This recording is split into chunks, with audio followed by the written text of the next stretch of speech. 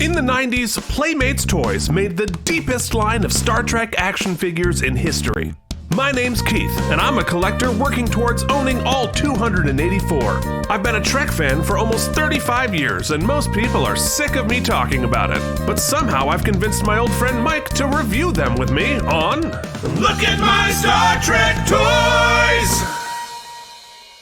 What's up, everybody? We are back for another exciting episode of Look at My Star Trek Toys. I am wearing black today because we have a special themed episode of our Next Generation heroes wearing the Deep Space Nine era black uniforms. How's it going, Mike? Are you excited to be back on the toy excursion that we're on? I am. I find it interesting that the line must have been so popular that they were like, you know what, let's just take the same figures and paint the uniforms black. And that will appease our voracious consumers.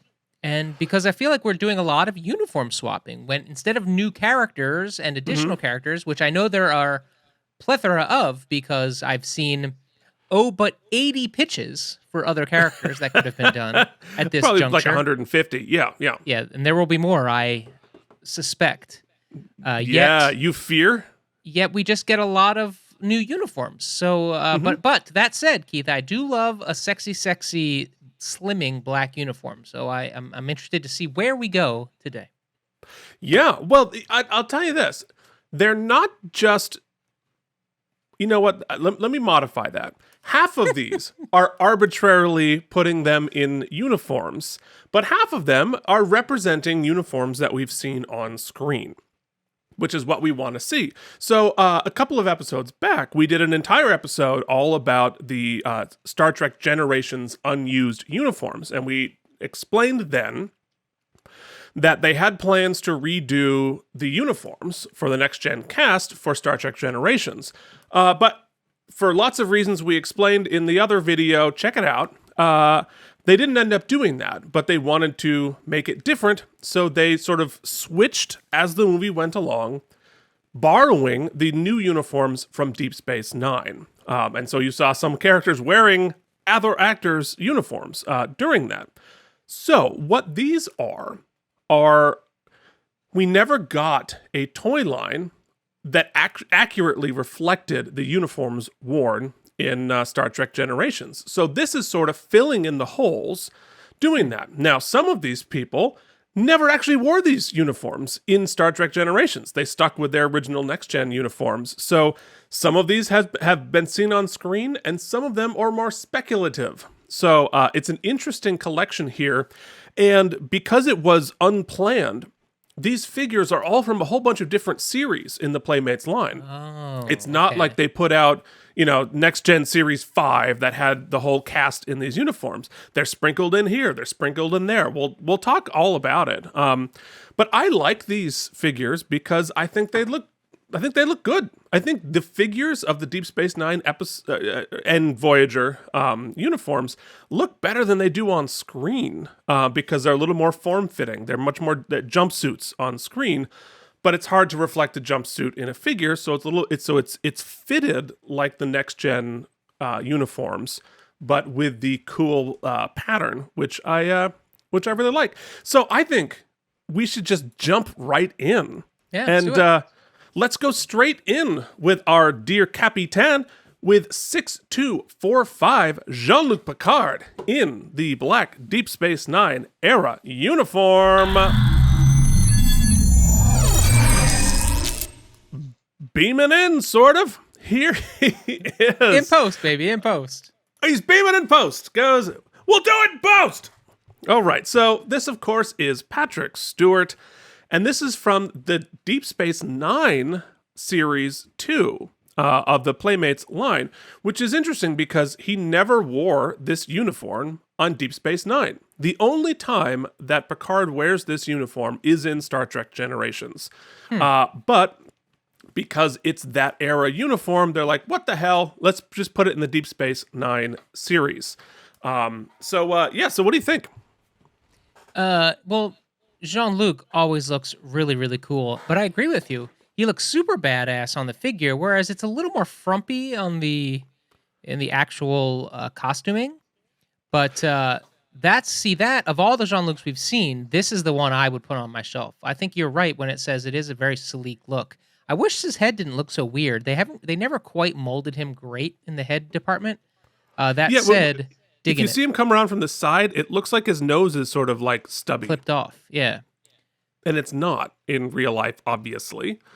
Although I will say, when you say it looks frumpy on screen in Generations, Picard was one of the only ones that they actually built for the movie, as opposed to borrowed from other actors. Jonathan Frakes was wearing Avery Brooks's uniform, and LeVar Burton was wearing Colomini's uniform. So Frakes's was too short, and LeVar's was too long. So it was but Picard, of course, because he's the lead in the movie, they actually built him his own there. Nonetheless, yeah, I think it's a cool figure. Very cool. It's one of my favorites because even though it's weird to have the next gen in these uniforms, it feels special in some way on the bookshelf. And they look really good all together. Let's be honest. Yeah, they didn't. They released them individually though, right? It wasn't like they were a set or anything like that. No, it was all done individually, all over the place. And I'll say now, I'm going to refer to these as the Deep Space Nine era uniforms, when actually it was worn more on Voyager than it ever was on Deep Space Nine, because Deep Space, actually, the Next Gen and Deep Space Nine sort of traded uniforms back and forth, because in Star Trek Generations, the Next Gen cast borrowed the Deep Space Nine uniforms, but after Star Trek First Contact, the Deep Space Nine folks then adopted the new uniforms they built for that, which are, I think, my favorite uniforms. But because Voyager at that point was in another quadrant and didn't get the memo from Starfleet to change their uniforms, they still wore these uniforms all 7 seasons of the series. And of course, the reason they switched it over was to differentiate show to show, both times, because Deep Space Nine was running concurrently with Next Gen for a while, and they wanted to have a different uniform. And the same thing, when Voyager was running concurrently with Deep Space Nine, they changed Deep Space Nine so they had a different look. All right, well, while we're looking for different looks, and I mentioned Jonathan Frakes and the character of Riker, and we're about to see him, but it's gonna come with a twist. Let's go to 6246 Thomas Riker in Deep Space Nine uniform. So, Mike, do you know who Thomas Riker is? Well, I'm guessing an evil twin brother, as we've seen before. Kind of, but it's actually sort of evil twin self. So Thomas Riker. A clone situation? No, not a clone. Now, all right, so let's test Mike's Star Trek thinking here. So it's not a clone. It's not a twin. Could it is possibly actually be himself. a holodeck escapee? Great guess. Still not right. Could it be someone who was... They did the medical beamer to reconstruct... I forget the word you used, where they reconstruct them. They physically alter the appearance of someone else to mimic Riker? Another great guess. But what actually happened... Wait, I have one more guess. All right, go. Could it be one of the species that replicates humans? No, another good guess. Guys, you know what? He hasn't seen the series yet, but he's got a good Trek mind, wouldn't you say? Well, I've learned from the best. No, Thomas Riker is actually... Will Riker's middle name is Thomas, and this is actually Will Riker again, but there was a transporter accident years ago that duplicated Riker and abandoned him on this abandoned planet for years and years, all alone, and they didn't know that he was there because of the duplication, Riker showed up on the other half and they all moved on with their day, abandoning this other version of Will Riker on a planet. Wait, hold on. Hold on a minute. So Yeah. that means that there should be a warning label on the transporter that nobody knew about, may possibly create an alternate version of you and dispatch them to just some rando planet? Let's talk about what warnings should be on the transporter, because good Lord, the number of things that have gone wrong, in the transporter with duplicates, and they turned them into kids once. And when I did the episode of Retro Tech, one of the things that I prepared was creating a list of all the things that went wrong with the transporter, because it's a great storytelling device. Because we talked about Tuvix, how they combined two people into one. All sorts of crazy stuff happens with a transporter, and it makes for fun storytelling. So, so Thomas Riker comes out, and guess what? He's been alone and abandoned, surviving on a planet by himself for years and years. So he's a little cuckoo. Yeah, he's hangry. He's a little hangry, and it's a really interesting sort of sci-fi version of meeting your younger self, because he didn't have all of the sort of personal development and changes and maturation that Riker did. And so Riker sort of dealing with himself like he was 10 years ago. And it's very interesting. So also, speaking of little trivia things, Frakes argued, and some other folks argued, that what if we killed off our Riker and replaced him with this Thomas Riker as an ensign, because he was obviously lower rank at that point, and continue the show where Frakes is still there playing Riker, but a different version of Riker just for fun. That got shot down. Yeah. However, and I'm getting to the point at some point, I swear. Thomas Riker does show up on Deep Space Nine. But he's gone sort of, he's gone a little rogue, and he's joined the Maquis and impersonates his other self to steal the Defiant.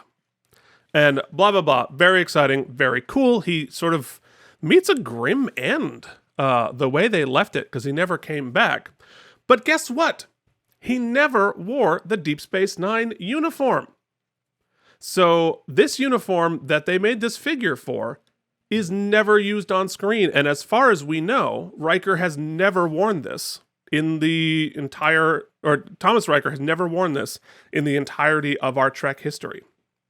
So maybe they took this opportunity then, creative-wise, to not just have yet another TNG person wearing the uniform. They were like, we can actually squeak out a Thomas Riker figure and kind of two birds, one stone it. They could. It's just odd that he's wearing... And they actually did make another Thomas Riker figure. In the next-gen uniform, you see him on the screenshot there.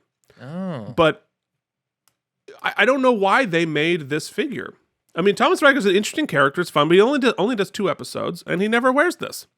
And it's not like Evil Data where you can make the figure look a little evil. It's literally just the same character. So it's literally the same figure. It is, except for... Speaking of, you can differentiate evil. Is the beard different? Yes, because in Star Trek lore, if you have a goatee, you are freaking evil. That is how you differentiate evil versus good. So in the Deep Space Nine episode where he steals the Defiant, after he reveals himself, I'm Thomas Riker the whole time, he pulls off sort of the mutton chops, revealing that he has a goatee the whole time. Whoa. Of course he was evil. But in the figure, he's got the full beard. Okay, so he's not quite evil yet. I don't know what's going on with that figure. It's a very odd thing. I mean, I'm happy to have it. But it's an odd little figure to have there. Any thoughts on the figure itself, Mike? It bears a striking resemblance to the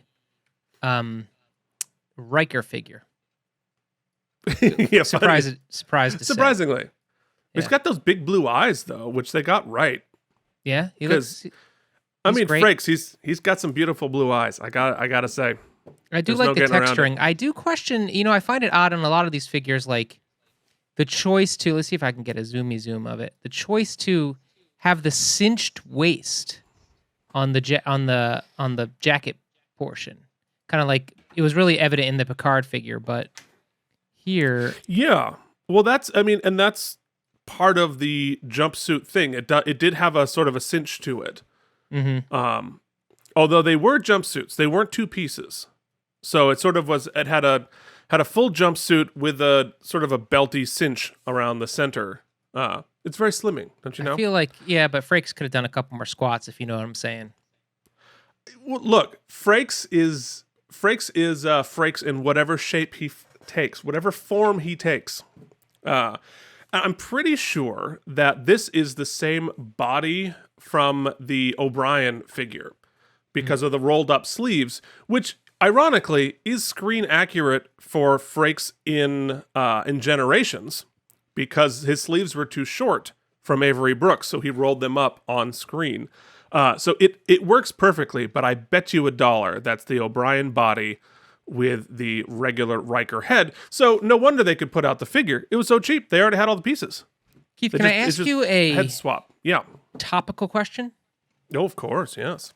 Did they make a figure of one of the TNG characters in the DS9 suit that would be best fitted to potentially host a primetime trivia show? I'll answer your question with another question. Does my co-host need us to move on? No. I was just trying to come up with a No, that very was topical great. segue. So topical. I mean, this 20-year-old toy line is like the height of being topical. But I think it is a good opportunity to move forward to figure 6960, Geordi in the Deep Space Nine era uniform. Please, could you please phrase that segue in the form of a question? What is the? I don't know. Well, this one A plunging features V. a very deep V from Levar Burton wearing Colomini's suit, which is why it looks like he's wearing his dad's uniform. Yeah. In the screenshot from Star Trek Generations, and you'll note the extra next to him in the screenshot here is wearing a modified season 1 uniform with the zipper down the front. The main cast never had that, so when they redesigned the next gen uniforms, they kept using the season 1 and 2 uniforms for the extras for a while, and then eventually took off the stripes and added the collar, but it's still basically those original uniforms because they were going to make new unis for the extras. So anyway, so this one, as opposed to the last two figures were from the Deep Space Nine series, this figure is actually from the Next Gen series 4. From 1994. So they got this one out the same year the movie came out. So they rushed these out pretty quickly to reflect what we saw in the movies. We never saw LeVar Burton on Deep Space Nine. However, he does do one episode of Star Trek Voyager as Captain LaForge, and as certainly a figure we have asked for. But yeah, so here is Geordi accurately depicted, except for the super deep V. I think that deep V goes down like past his belly button. That's pretty impressive. But they gave the impression of the deep V. I'm pretty sure we have it maybe queued up, so maybe this would be a good time to check out the packaging. You think we might have this in the package? Why don't we go to Toy Cam? Toy Cam. Here we go. All right, so here is the packaging for the Next Gen. All right, so this is the Next Gen Series 4 packaging. Let me get it far enough away so you can see the whole thing. So this was the 7th season. It has a 7th season sticker there, even though he didn't wear this at any point during the actual seasons. And yeah, so it's pretty... That's a cool little card there. Yeah.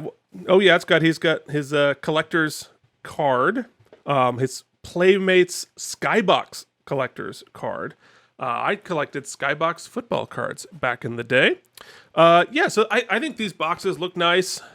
Certainly less child-oriented than the last ones. His little Choking information hazards. card is a little bit smaller, and you can see his choking hazards. He has engineering tools, isolinear chips. Oh, that's interesting. And a multi-range light source. You mean a flashlight? So Interesting the choice there on the back, Keith, if you flip over one more time. Their choice to only show the other characters in the line via headshot, to not show the full model, but just a close-up of the head. that they actually did that pretty consistently. But wait, there's more. I just realized that somewhere, I'm thinking over on the chair there, I have the Thomas Riker one, and I have an interesting mystery. So stay here on Toy Cam while I get up and see if I can find that other figure.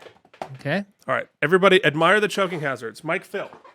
Mike is filling. I'm going to actually switch over to Toy Cam 3-shot just to, as we can see Keith frantically scurry in his apartment. Now, you'll be interested to know that that's the most exercise Keith has gotten in nigh on 3 weeks. Mike, they've seen video of me. They know that. That's very obvious. All right, well, I forgot. So let's go back to full Toy Cam, because I actually do have Thomas Riker in his packaging here. And this is from the Deep Space Nine line Series 2, which also looks pretty good. And these didn't come with the Skybox card. They came with Pogs. Oh, boy, that dates it. Oh, yeah. So there it is. Now, here's my question, kids. We see Thomas Riker here is wearing the Deep Space Nine era uniform, but I think that, folks, is a Photoshop.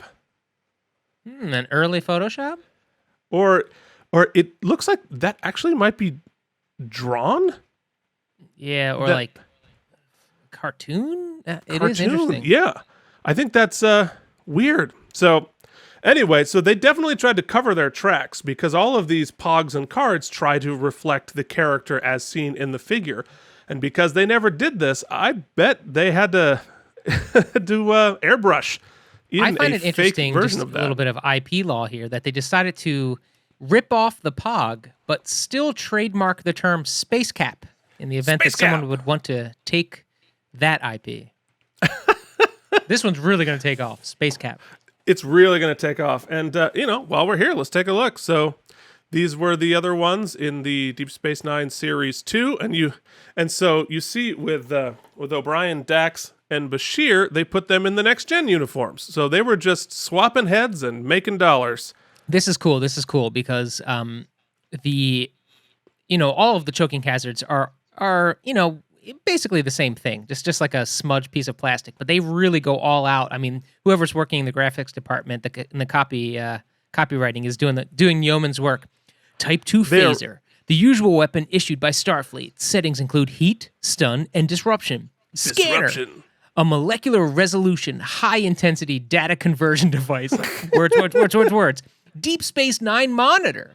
Accessed via local super processor feeding into the Deep Space Nine optical data network and math computer core. Wow.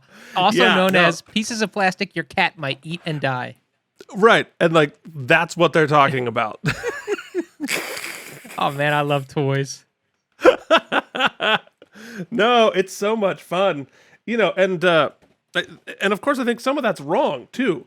I mean, the phaser, it does have a stun setting, but it doesn't have a heat setting or a disruption setting. It has stun and kill, and I think factors of 10 going up 1, 2, 3, 4, 5, 6, 7, 8, 9, 10. So really love the attempt. I love the enthusiasm of the copy guy, but not so much the attention to detail. So does that say assignment USS Gandhi? Gandhi, yes.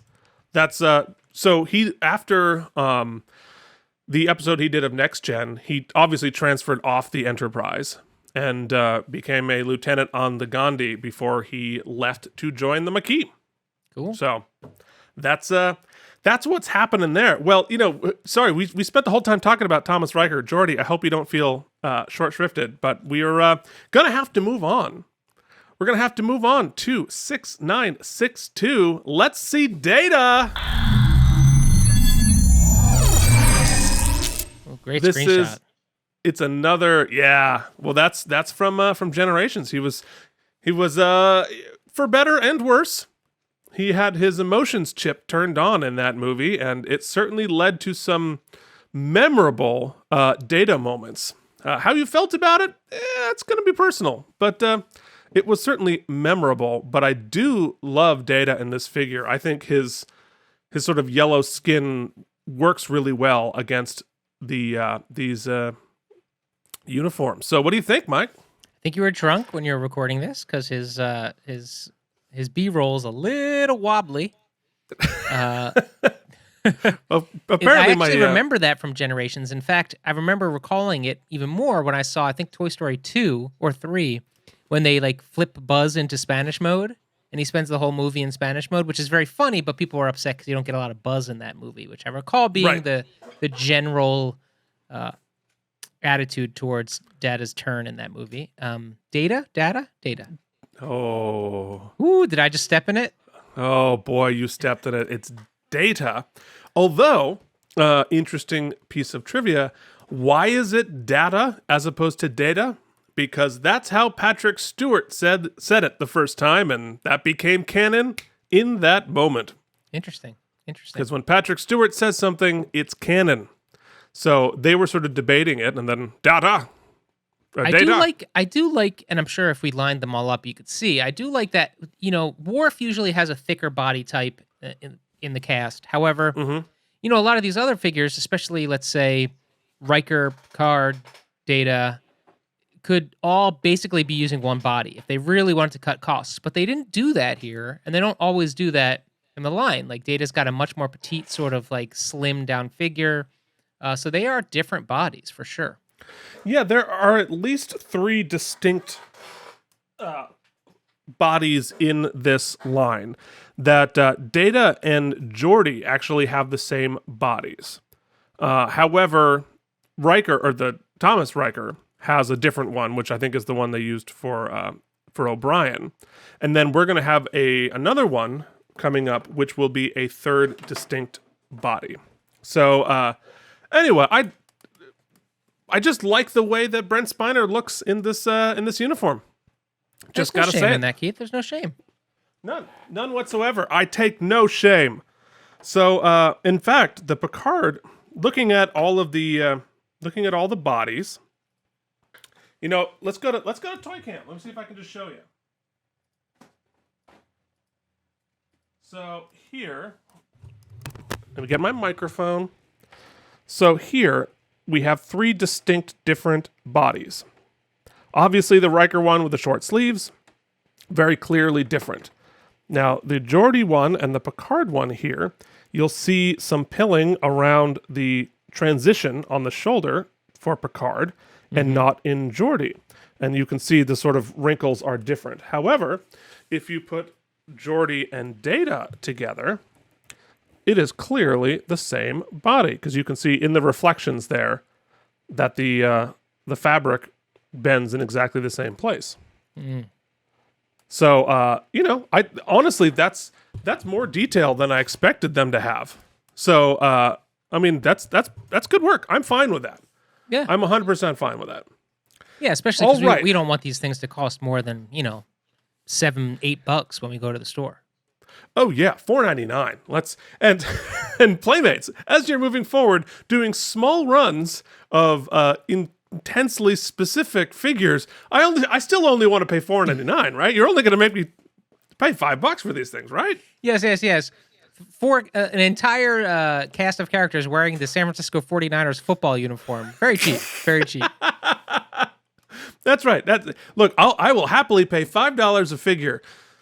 I don't think it's going to cost that much. Yeah, I suspect, unless the internet, the outcry from the internet asking for us to get review copies on these new figures, if that continues, then maybe We've had some help with that, and much appreciated. So tell Playmates you want us to review them, and not selfishly because I want free figures. Well, no, they should send them to me anyway, Keith, so that I can film them even higher def.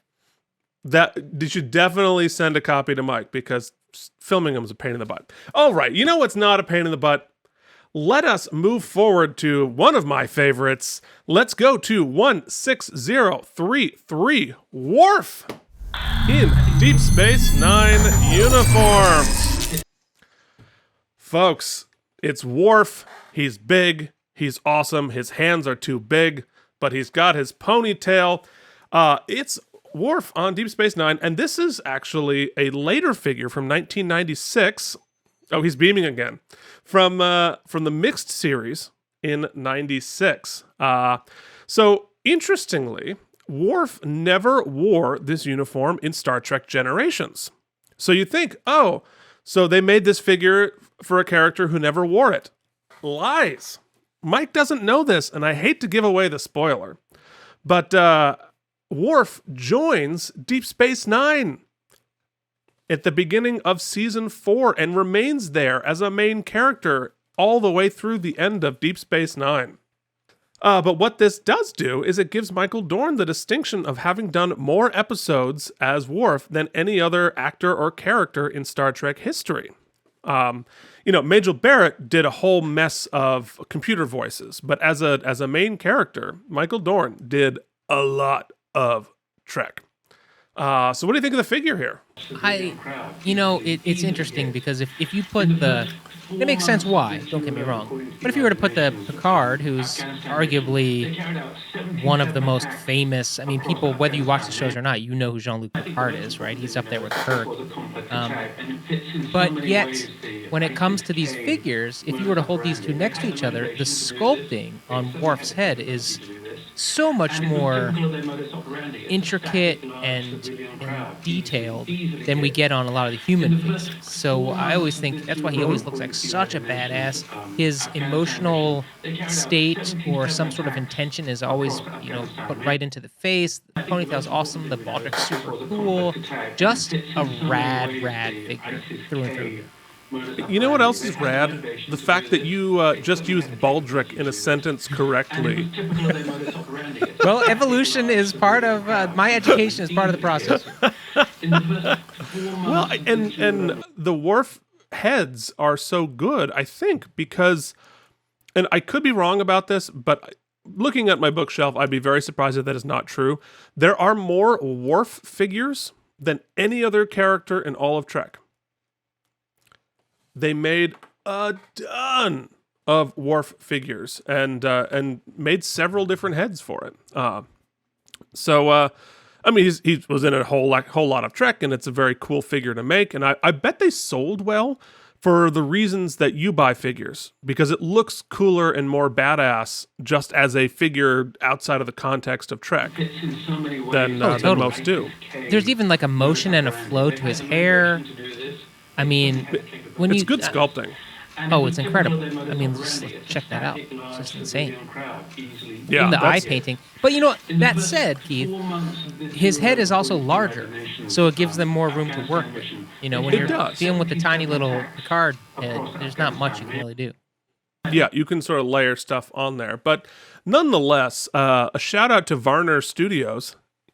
Varner, not Varney like me, did some really good work on this. And we're trying to make friends so they can give us some of the deets moving forward for the next series. So anyway, cool figure. Love this figure. Now, let's move on to a special one. It's kind of rare.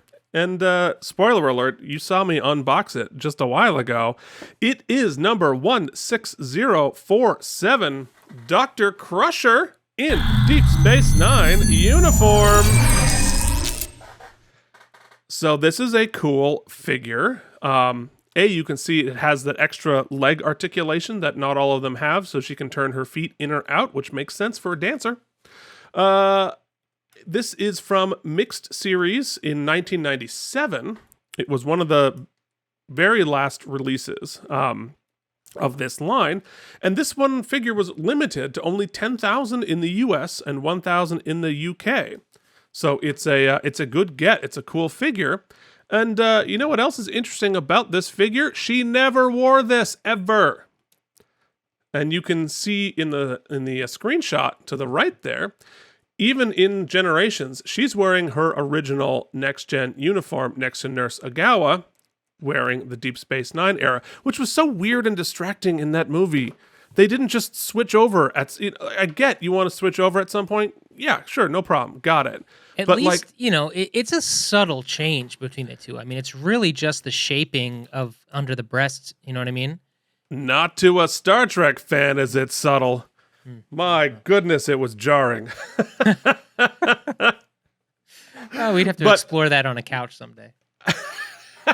There's so much to explore just by the very existence of this show. But yeah, I found it so distracting to have two different types of uniforms on the bridge and in sickbay here. Very strange. I didn't quite get it, but they did it anyway. Any thoughts on the figure itself? No, it looks the model, the sculpting looks exactly like the other Crusher we've seen. So and I don't have much to add other than, I would like to discuss, though, with so much being done with their, oh man, I'm forgetting the name of the sort of medical device they use. Tricorder. Which so much of their work being centered around that. I wonder if there is do they explore, like, what kind of training do doctors need? Is it still as intense as learning going through medical school here in present day? I mean, if you just have to hold this machine and wave it over somebody and it fixes them, it feels like it's less training necessary. That's a very good question. But I think in context of the show, there still is very much that much training because the technology only gets you so far. Because yes, for human anatomy, the tricorder knows everything and knows how to fix everything. It's very, very straightforward. But, of course, we've expanded into an entire universe with an infinite amount of species and an infinite variety, many of whom we've never seen before.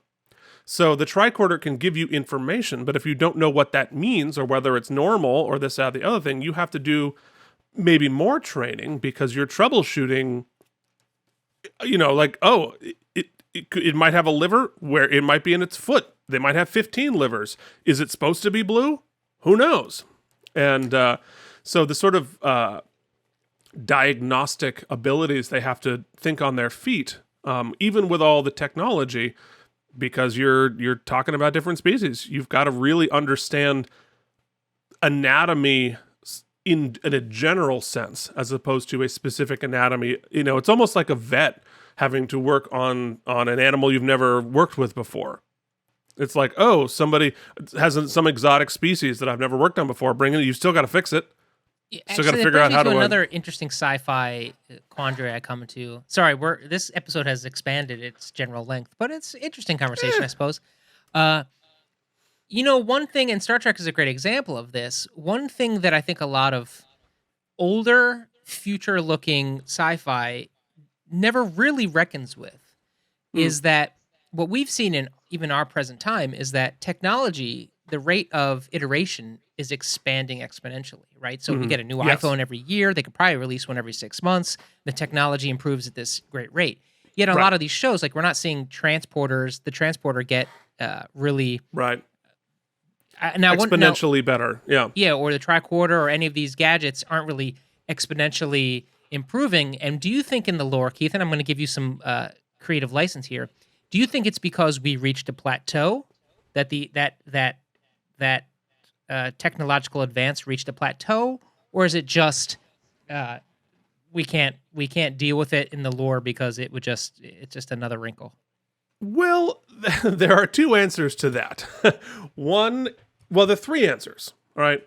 Answer number one is technology moved as fast as technology was moving when the show was written.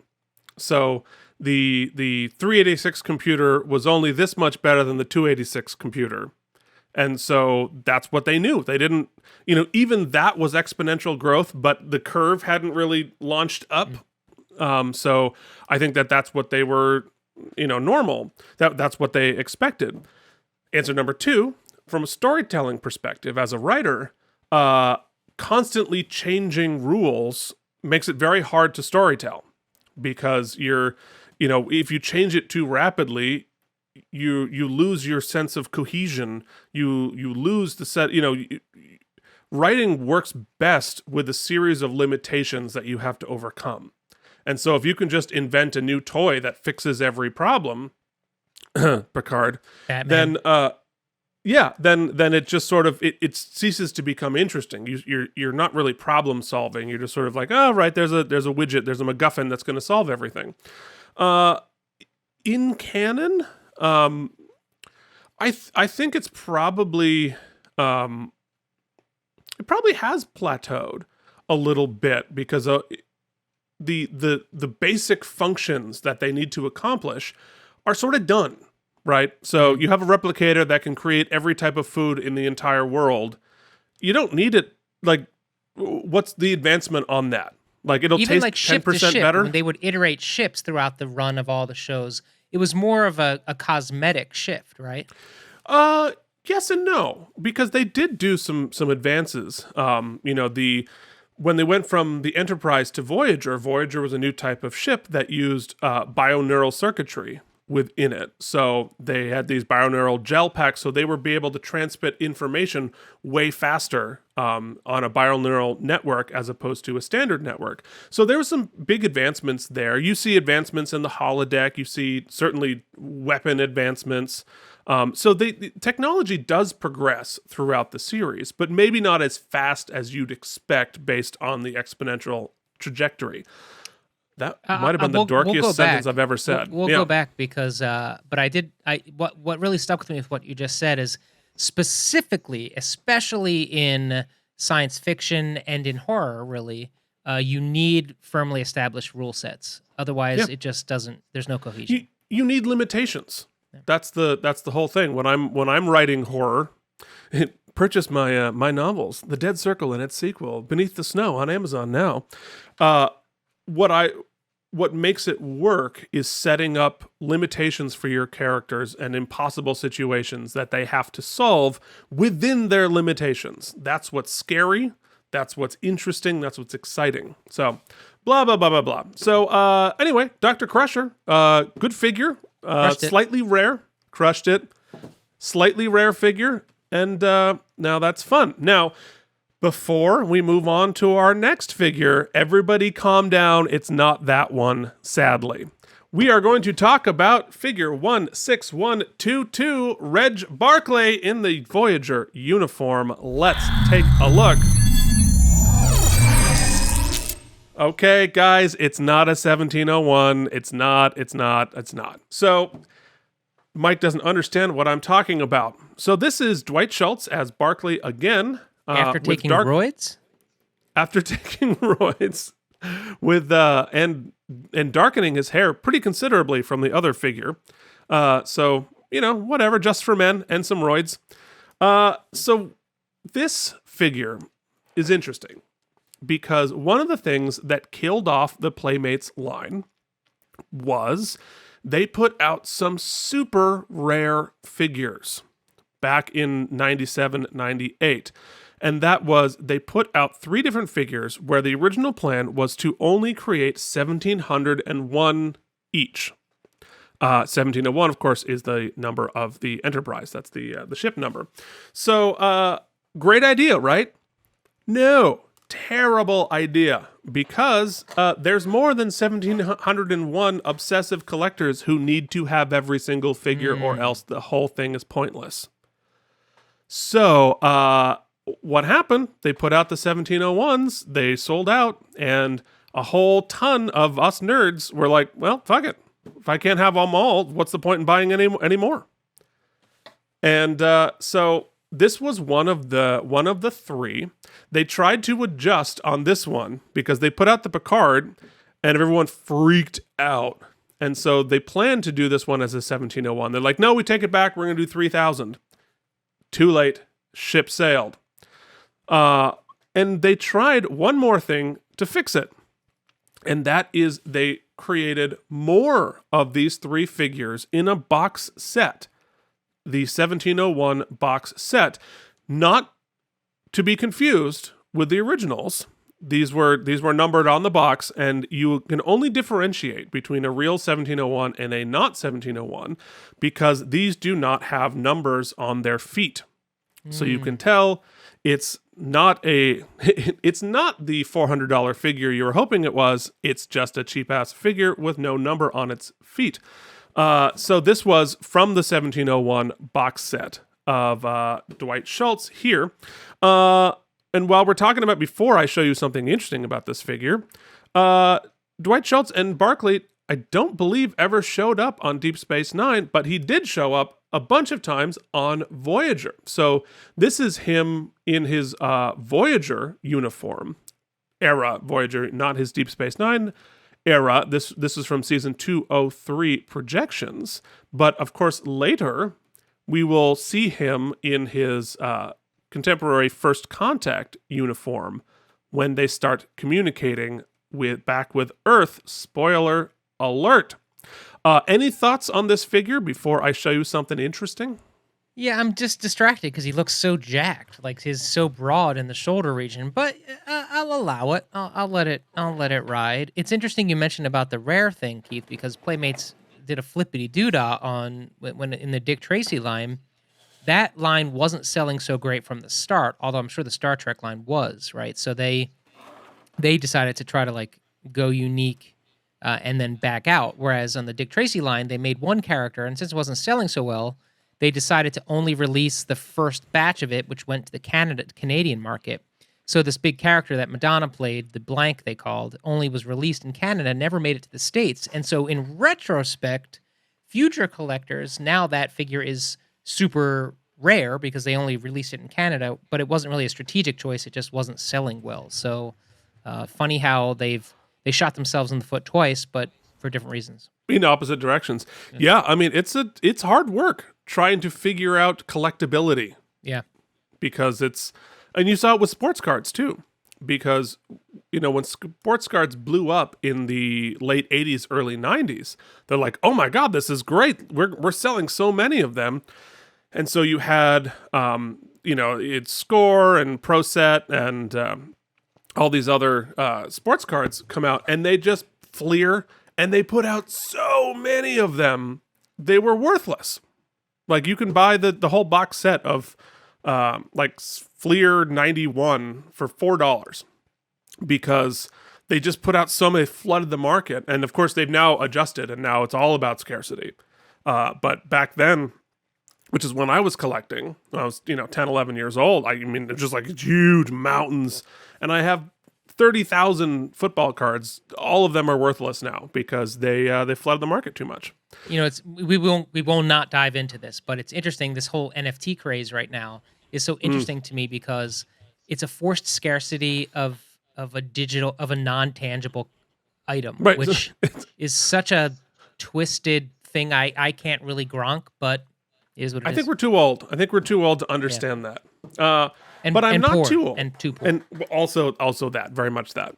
But we are not too old to hop back over to Toy Cam, because I have something interesting to show you with my Reg Barclay figure. So here he is. And so if we were to go and check and say, like, hey, look, there's no, there isn't any number on his foot there, so we know he's not one of the 1701s. But Mike, can you tell something else from this? Oh, he clearly has two left feet, legitimately. His feet are backwards. They're inverted, yeah. They're inverted, so his feet they put on his legs backwards. So I don't know what's going. I don't know if that is a common error or not, but I was as I was looking to see which figure is this, and I'm like, wait, that's not right. So they got his legs on backwards. Wait, yeah, did they just put two? I think they just put his legs on backwards. Now, they put them on backwards. You could resolve that, could you not? Or I forget how their hip joints are connected. Well, these figures have the mid thigh articulation, so it spins here. So these pieces are from the thigh down. So I mean, I'm sure you could fix it, but I don't know why I would. But Yeah, so folks, if you are watching this and you also have one of the Barclays, are his feet backwards? Are his legs on backwards? I'd be really curious to know. Well, folks, that is the Deep Space Nine, the next generation in Deep Space Nine. But you're like, hey, wait a minute. Where's Riker? Where's Troy? Didn't make them.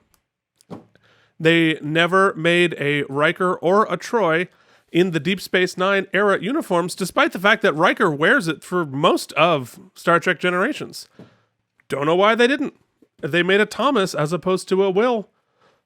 I'm curious about the thought process there. Well, if you have any theories about why that is, Mike, why don't you tell them how they can let us know? Guys, it's real easy. Look at my Star Trek Toys at gmail.com. Send an email. It could be about what Keith just asked. It could be about anything. If you want to weigh in on some of the more in-depth conversations we had about technological lore or rule sets in science fiction or horror, anything you want to talk about, send us an email. You can also comment on this video in the YouTube. It's really easy. Keith tries to get back to everybody, and on occasion I'll pop in if I have something to say or think I can be helpful, which is generally not often. But while you're down there, also hit that bell icon so you know when we put out a new video, and subscribe because it really does help. We got to get that subscriber count up so that we fool the algorithm or somehow play into the algorithm. And then lastly, we secured the Instagram at Star Trek Toys. So find us on Instagram, comment on our posts, and tag us liberally throughout the internet. Yeah.